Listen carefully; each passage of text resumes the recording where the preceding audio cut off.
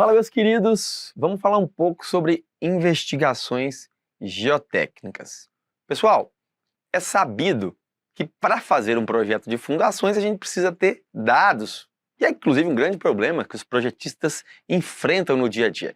Ninguém chega para você e fala, faz um projeto de fundações para mim. Primeiro eu quero saber a carga que essa edificação vai ter ali sobre a fundação. E em segundo eu preciso saber dados do solo, eu preciso de, no mínimo, sondagens, e é isso que a gente precisa.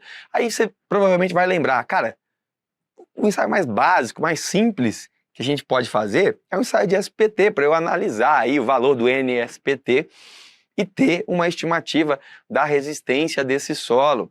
Beleza, mas será que isso contempla todas as necessidades? Será que com o ensaio de SPT eu consigo atender a norma? A gente vai ver isso, claro, sob a ótica de concursos públicos. Tudo começa no reconhecimento inicial. O que precisa ser feito? Para todo projeto, o que deve ser feito é, durante a primeira visita no local, fazer uma avaliação, né? Então, antes do projeto, nós estamos falando do reconhecimento da área. Olha, a avaliação topográfica, será que é um terreno em aclive, em declive? O que isso pode influenciar? Há algum indício de instabilidade de talude? Aterro, olha só, aterro ali, ó, sem controle nenhum de compactação. Posso ter isso aqui em São Paulo, inclusive é comum. Diversas áreas que ao longo do tempo a cidade foi crescendo, se expandindo e vários pontos têm solo que eram depósitos, aterros de inertes. E você, para construir ali, precisa ter ciência do material que está abaixo e não ter problemas estruturais. Bota fora a área de material contaminante no subsolo. Então aqui a gente está vendo ó, instabilidade de talude. Aqui a gente está vendo o quê? Indícios aqui, né, de aterro, bota fora, está praticamente demonstrado. A prática da construção, você imagina se você vai fazer uma casa no interior, no campo, onde dificilmente tem acesso a veículos, você vai passar ali de bicicleta, de moto ou a pé. Como é que você chega com uma máquina, uma estaca raiz, uma estaca hélice contínua? Os caras lá estão fazendo fundação no trado manual e é assim que vai ser. Você tem que se adequar a fazer um projeto bem feito com a tecnologia disponível no local. Posso inovar? Posso, mas é possível? É viável? Isso tem que ser considerado. Além disso, veja só, você chega num terreno desse aqui, você provavelmente vai suspeitar que a gente tem bastante matacão nesse solo. Então assim, tá achando que essas pedras apareceram aí de onde, né? Alguém colocou para enfeitar? É óbvio que não. Então no reconhecimento inicial a gente já conseguiria ver algo desse tipo. Olha aqui um brejo, ou uma mina, aqui não consigo ver, parece que é até uma mina, o rapaz está limpando, mas olha esse solo, aqui é sim um brejo, parece bem um local de várzea, onde provavelmente a gente vai ter problemas ou de resistência do solo, ou problemas com percolação de água. Claro que são grandes pontos que devem ser destacados e que com uma visita rápida no terreno a gente já consegue resolver. Veja que quando a gente vai, inclusive, começando a estudar as peculiaridades, né, e os ensaios, imagina que a gente vai fazer uma sondagem SPT, por exemplo, num local que tenha bastante matacão, onde eu faço a primeira sondagem, chego a uma profundidade. Na segunda e na terceira, eu esbarro na rocha e penso ou projeto o meu perfil como se fosse um perfil aqui de solo com alta resistência desse lado e baixa resistência, quando na verdade você vai estar assentando a sua fundação sobre a rocha, mas é sobre uma rocha completamente instável, é um matacão. Na hora que ele se assentar, quando você colocar a carga em cima dele, certamente você vai ter problemas gravíssimos. Então, por isso, inclusive, a gente vai ver que existem mecanismos para ultrapassar, adentrar na camada mesmo rochosa de sondagem, onde o SPT não consiga atingir, mas a gente tem que ter certeza que a gente não está diante de um matacão ali, por exemplo, um bloco de rocha, ou se é de fato um solo rochoso, de uma rocha de alta resistência. Dito isso, pós-reconhecimento inicial, chegou a hora das investigações, né? Investigação o quê? Do subsolo em si. Já dei uma olhada no local, preciso fazer uma investigação geotécnica preliminar, uma investigação prévia à execução do seu projeto. Para quê? Para determinar pelo menos a estratigrafia do terreno. O que é essa estratigrafia? São as camadas, a espessura de cada camada até certo ponto do solo. Então eu vou camada por camada de solo definindo qual é o material e qual é a espessura daquela camada. Dito isso, também faço a classificação daquele solo. É um solo arenoso, arenociltoso, um solo argiloso, argilociltoso. Qual é a característica desse solo? Através da sondagem de reconhecimento, essa sondagem preliminar, consigo definir isso. Lembrando que posição do nível d'água, muito importante, eu vejo poropressão ali. E, inclusive, se a gente tem uma variação da posição do nível d'água em função da altura, período de chuvas, lençol freático pode subir, pode descer, isso pode influenciar também.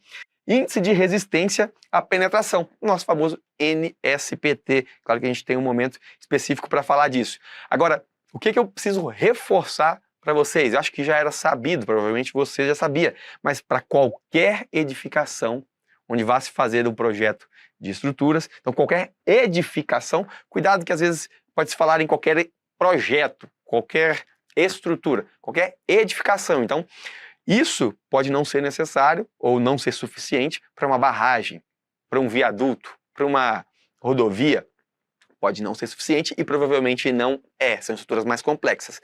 Mas para edificações, eu preciso, no mínimo, obrigatoriamente, fazer uma investigação geotécnica preliminar com o quê nessa investigação? Sondagem à percussão com SPT. Então, a sondagem à percussão, a metodologia SPT, ou Standard Penetration Test, que é um mais difundido dos ensaios, facilmente você vai encontrar e é obrigatório que se faça a investigação preliminar, pelo menos com isso. Posso fazer mais? Posso, mas para obras de edificações, no mínimo, o SPT. E ele já consegue definir tudo isso que a gente acaba de falar aqui.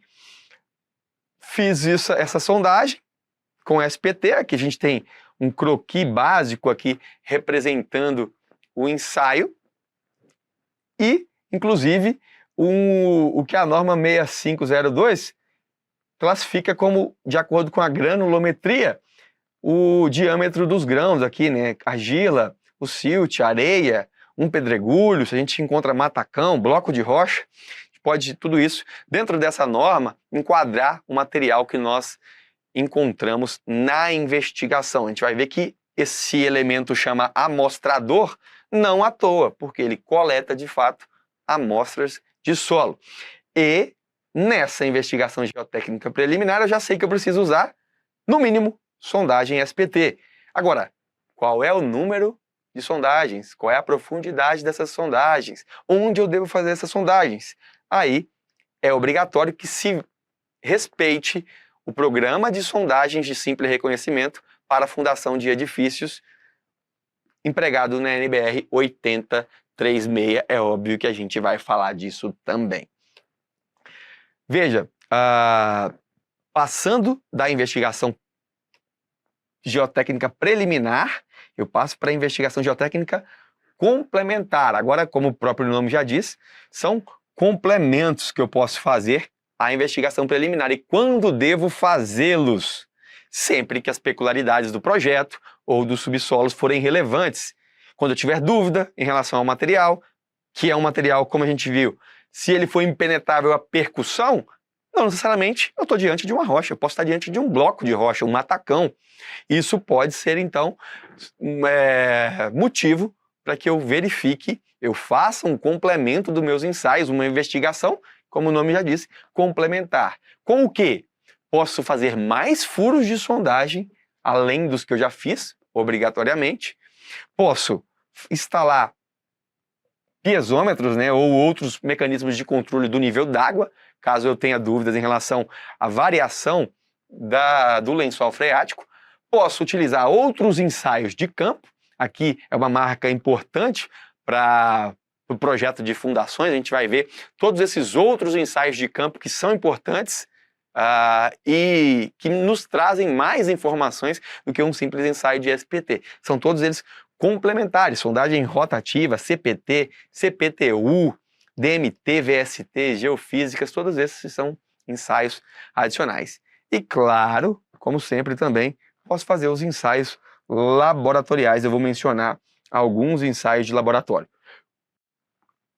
Tem uma nota muito importante na norma que vai dizer o seguinte: utilizada também quando, para qualquer etapa da execução de fundação, forem constatadas diferenças entre as condições locais e as indicações fornecidas pela investigação preliminar. Gente, você faz um projeto de acordo com um critério de sondagem, seguiu tudo à risca. Chega na hora da execução, a primeira estaca, você projetou que ela deveria ser cravada 18 metros de profundidade. Quando chega a 18 metros de profundidade, você bate o cravador, né, o martelo, e ela, sei lá, ultrapassa o previsto, né, a nega prevista. Você cravou ali no último golpe, já era para estar parando e você não adquiriu resistência ainda.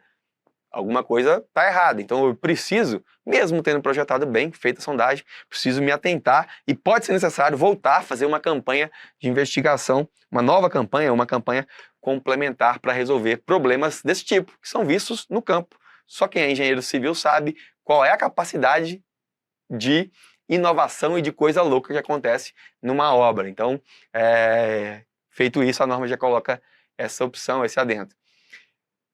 Gente, quais são os ensaios principais? Aqui eu tenho um croquis ilustrativo do SPT, do CPT, do DMT, do PMT e do VST. São os principais ensaios complementares. Na verdade, o SPT é o mínimo obrigatório, é o preliminar mínimo para edificações, e esses aqui são os complementares.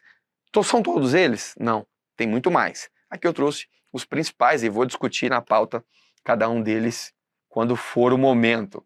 Os ensaios de laboratório que a gente mencionou podem ser ensaios de caracterização, e aí a gente fala de granulometria, teor de umidade, peso específico, os limites de Atterberg, limite de contração, limite de plasticidade, limite de liquidez, mas também podem ser ensaios de resistência ou que meçam outros parâmetros como deformabilidade do solo ou adensamento. Ensaio triaxial, cisalhamento direto, edométrico, colapsibilidade, expansibilidade, permeabilidade e ensaios químicos.